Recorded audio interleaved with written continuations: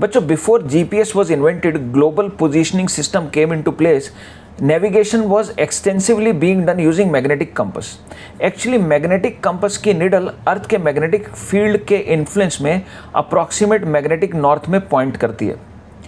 खाली non living objects ही magnetic influence को फील नहीं कर सकते. लिविंग ऑब्जेक्ट्स जैसे कि फ्रॉग भी मैग्नेटिक फोर्स को एक्सपीरियंस कर सकता है. ये एक इंटरेस्टिंग बात है. In fact very famous the frog experiment में एंड्रे गाइम नाम के एक फिजिसिस्ट ने फ्रॉग को मैग्नेटिक फील्ड की मदद से हवा में तैरा दिया था और इस एक्सपेरिमेंट के लिए गाइम को आईजी नोबेल प्राइज से सम्मानित किया गया था. क्लास 12th के इस शॉर्ट एंड स्वीट चैप्टर जिसका नाम मैग्नेटिक प्रॉपर्टीज ऑफ मटेरियल है, इस चैप्टर में हम डिफरेंट मैग्नेटिक मटेरियल्स के टाइप्स पढ़ते हैं, इनसे एसोसिएटेड प्रॉपर्टीज़ के बारे में जानते हैं, इनकी यूटिलिटी के बारे में जानते हैं और अर्थ के आसपास जो मैग्नेटिक फील्ड है जिसको terrestrial magnetic field, terrestrial magnetism हम बोलते हैं, इसके बारे में डिटेल में समझते हैं. बच्चों, आइए सबसे पहले जान लेते हैं क्लास 12th के इस चैप्टर के इंपॉर्टेंट टॉपिक्स क्या हैं. बच्चों, पहला इंपॉर्टेंट टॉपिक है मैग्नेटिक चार्ज. मैग्नेटिक चार्ज एक हाइपोथेटिकल चार्ज होता है जो इलेक्ट्रिक चार्ज की तरह इनवर्स स्क्वायर लॉ फॉलो करता है. ये समझना इंपॉर्टेंट है. सेकंड इंपॉर्टेंट टॉपिक है बार मैग्नेट. बार मैग्नेट में सबसे पहले हम बार मैग्नेट के पोल्स का मतलब समझते हैं. नेक्स्ट हम पोल स्ट्रेंथ का मतलब समझते हैं. फिर ये समझते हैं कि पोल्स को पॉजिटिव चार्ज और नेगेटिव चार्ज की तरह इंटरप्रेट किया जा सकता है.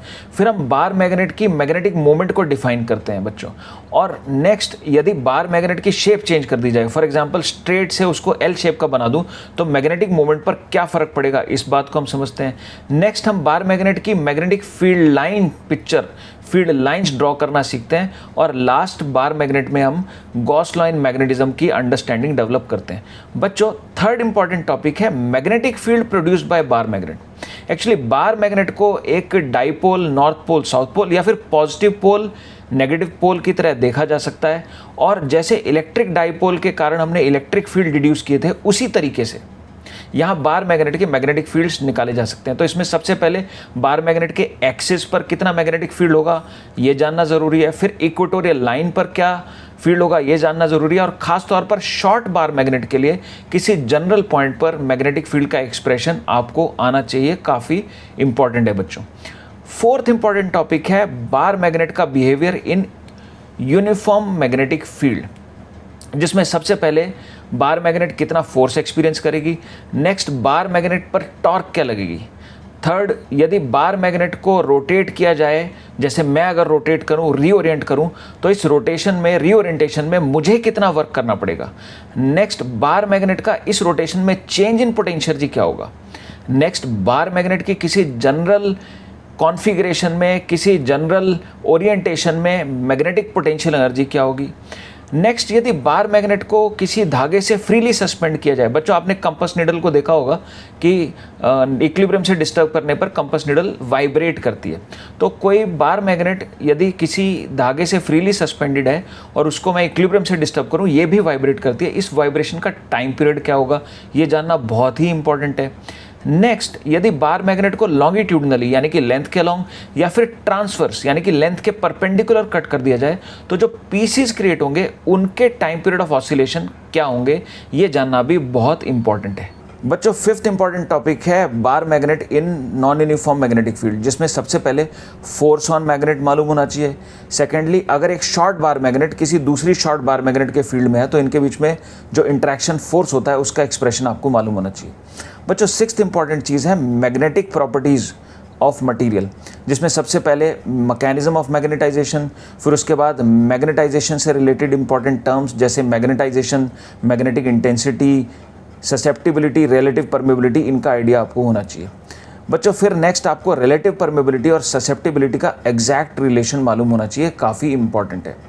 फर्दर नेक्स्ट आपको डिफरेंट टाइप्स ऑफ मटेरियल जैसे कि डायमैग्नेटिक, पैरामैग्नेटिक, फेरोमैग्नेटिक, इनके बीच में डिफरेंसेस पता होने चाहिए और इनकी ससेप्टिबिलिटी और रिलेटिव परमेबिलिटी की रेंजेस का आइडिया आपको अच्छे से होना चाहिए. बच्चों, नेक्स्ट डायमैग्नेटिक मटेरियल्स में एक फिनोमिना होता है परफेक्ट डायमैग्नेटिज्म का, जिसे मीजनर्स इफेक्ट भी बोलते हैं, ये आपको मालूम होना चाहिए.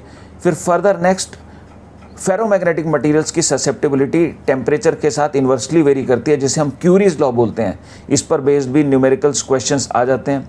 फिर फर्दर नेक्स्ट फेरोमैग्नेटिक मटेरियल्स के लिए बच्चों डोमेन थ्योरी आपको मालूम होनी चाहिए, और फेरोमैग्नेटिक मटेरियल्स के लिए ही अगेन आपको हिस्टैरिसीस लूप और उससे रिलेटेड डिफरेंट पैरामीटर्स जैसे कि कोर्सिविटी, रिटेंटिविटी, इनका अच्छे से आइडिया होना चाहिए।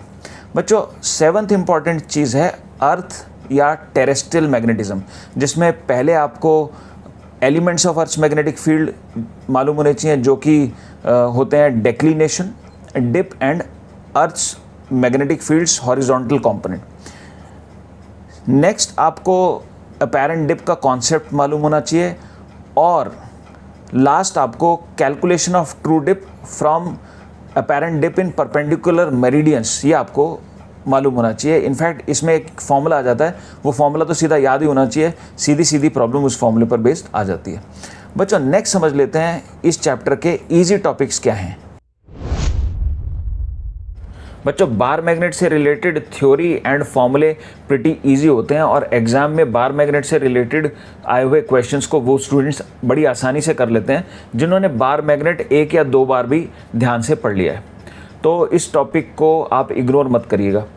नेक्स्ट समझ लेते हैं मैग्नेटिक प्रॉपर्टीज ऑफ मटेरियल के डिफ़िकल्ट पोर्शंस क्या हैं। तो पहला डिफ़िकल्ट पार्ट है मैग्नेटिक प्रॉपर्टीज ऑफ मटेरियल। अच्छा, ये ट्रू सेंस में डिफ़िकल्ट नहीं है, लेकिन क्योंकि मैग्नेटाइजेशन के डिस्कशन में कई सारी टर्म्स आती हैं जैसे मैग्नेटाइजेशन, मैग्नेटिक इंटेंसिटी एटसेट्रा, तो बच्चे उसमें पजल हो जाते हैं क्योंकि ध्यान से नहीं पढ़ते हैं। तो अगर आप ध्यान से पढ़ेंगे तो आपको ये मॉडरेट टू ईजी लगेगा।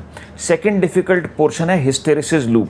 हिस्टैरिसीस लूप की गुड अंडरस्टैंडिंग और हिस्टैरिसीस कर्व क्या इन्फॉर्मेशन अपने को देती है, इसको आपको बच्चों ध्यान से पढ़ना पड़ेगा, समझना पड़ेगा।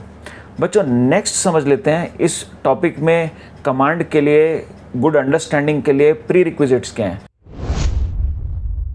तो पहला जो रिक्वायरमेंट है, जो यानी कि बिल्कुल बेसिक रिक्वायरमेंट है, जिसके बिना ये टॉपिक समझ नहीं आने वाला, वो है एटम एज मैग्नेटिक डाइपोल या शॉर्ट मैग्नेट।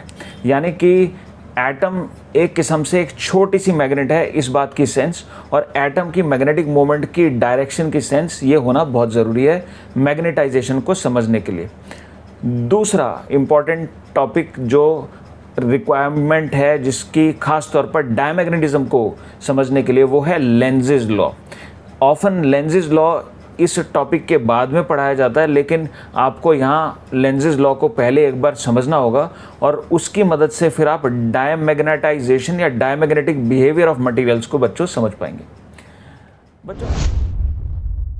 बच्चों ये 23 में 1 प्रॉब्लम, 22 में कोई भी प्रॉब्लम नहीं आई है, देन 21 में अगेन 1 प्रॉब्लम, 20 में 1 प्रॉब्लम, एंड ईयर 19 में 2 problems have been asked from this topic. In 5 years overall 5 problems have been asked which have been from easy to moderate difficulty level। आप भी अपने एग्जाम में around 1 problem इस topic से expect कर सकते हैं। बच्चों मैग्नेटिक प्रॉपर्टीज ऑफ मैटर में अच्छा परफॉर्म करने के लिए आप ये स्ट्रेटजी फॉलो कर सकते हैं। फर्स्टली आप एटलीस्ट 4 to 6 आवर्स के गुड क्वालिटी लेक्चर्स इस टॉपिक के रेफर कीजिए।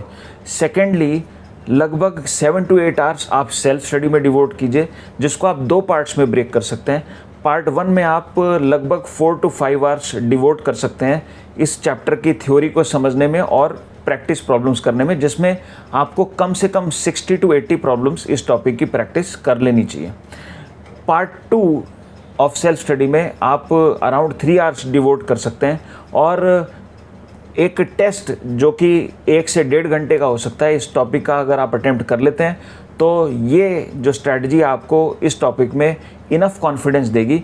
और बच्चों लेट मी टेल यू, ध्यान रखिएगा, ये एक ऐसा टॉपिक है, वन ऑफ दोज टॉपिक्स है जिसमें से प्रॉब्लम या तो क्वालिटेटिव नेचर की आती है या फिर कैलकुलेशन क्वेश्चंस में बहुत ही कम होती है। यानी कि कुल मिला के प्रॉब्लम बहुत कम समय लेगी अगर आपके पेपर में आ जाती है तो, और एक किस्म से आपको बोनस मार्क्स दे करके जाएगी। तो बच्चों इस टॉपिक को ध्यान से पढ़िएगा, बच्चों मन लगा के पढ़ते रहिए और आगे बढ़ते रहिए, यही मेरा आपसे कहना है।